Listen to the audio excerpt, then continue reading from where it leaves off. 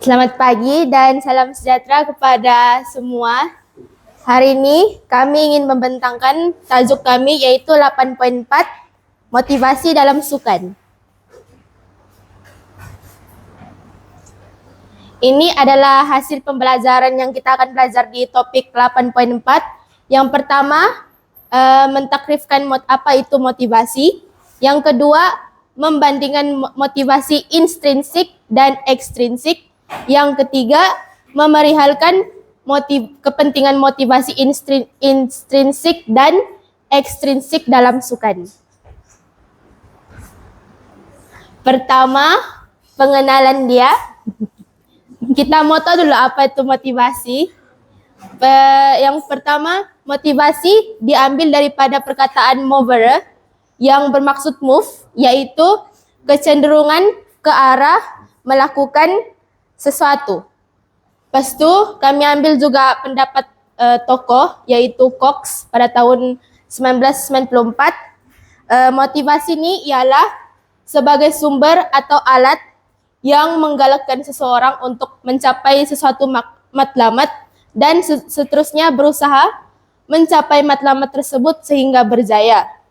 Lepas tu ini dia punya kesimpulan dia lah. Motivasi merupakan proses kebangkitan dalam diri individu yang membantu usaha mengarah serta mengekalkan perlakuan yang diingini. Seterusnya, kita akan membandingkan apa itu motivasi intrinsik dan ekstrinsik. Oke, dia ada dua jenis motivasi, yaitu motivasi intrinsik dan ekstrinsik. Motivasi intrinsik itu adalah motivasi dalaman. Motivasi ekstrinsik itu dia nih dari luaran. Pertama, motivasi intrinsik. Motivasi ini dia muncul daripada dalam diri seseorang individu tanpa ada paksaan ataupun dorongan daripada orang-orang lain, tapi dia muncul atas kemahuan diri sendiri. Maksudnya dia tidak macam dorongan lah, macam pengaruh ganjaran kah, pengaruh luaran kah gitu. Oke, yang seterusnya motivasi ekstrinsik yaitu dari luaran.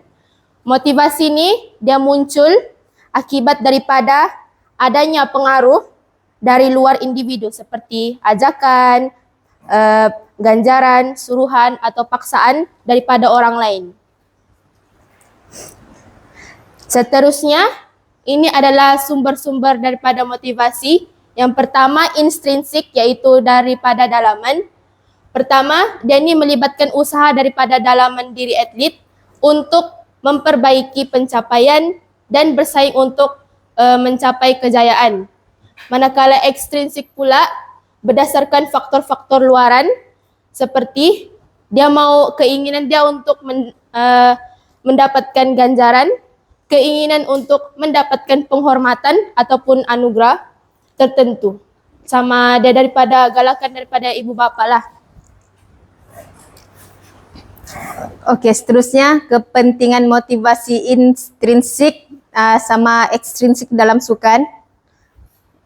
Yang pertama, kepentingan motivasi intrinsik dalaman yaitu meningkatkan semangat inisiatif atlet untuk berjaya dalam sukan. Kamu tuh jangan, kalau faktor dalaman ini kan dorongan sendiri untuk kita bersukan ja. Jadi kedua, meningkatkan keinginan untuk menyertai penglibatan sukan, sebab motivasi intrinsik nih dia tanpa dorongan, dia sebab kemauan kita sendiri. Terus kalau kedua, menggalakkan persaingan yang sehat.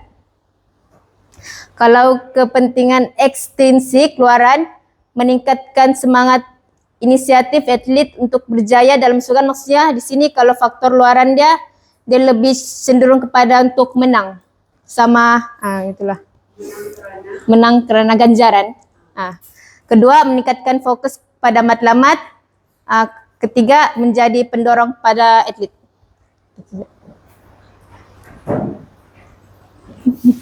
Oke, boleh bagi contoh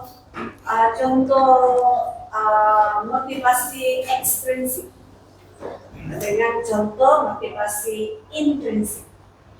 Semua boleh cakap. Apa contoh yang kamu paham? Extrinsic dengan intrinsic. Contohnya.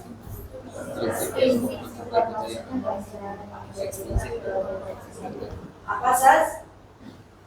Ekstrinsik kan dia bilang motivasi orang, jadi dari apa yang saya paham, motivasi ekstrinsik itu maksudnya bila seseorang itu mau melakukan sesuatu, dia melakukan sesuatu itu bila dia tahu yang apabila dia buat itu dia akan dapat ganjaran, Contoh ganjaran?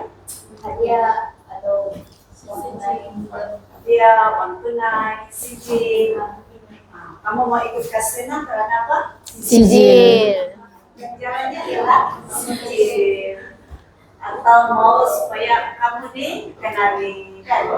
Mungkin dapat gelaran, toko suka. Ada soalan nggak? Boleh. Ada soalan. Kan? Wan, ada soalan nggak tadi? Kalau intrinsik contohnya, macam tadi kamu bilang ada sijil, ada uang, ada tirapan. Tapi kalau intrinsik, Untuk kepuasan Kepuasan diri, kepuasan diri. keseronokan,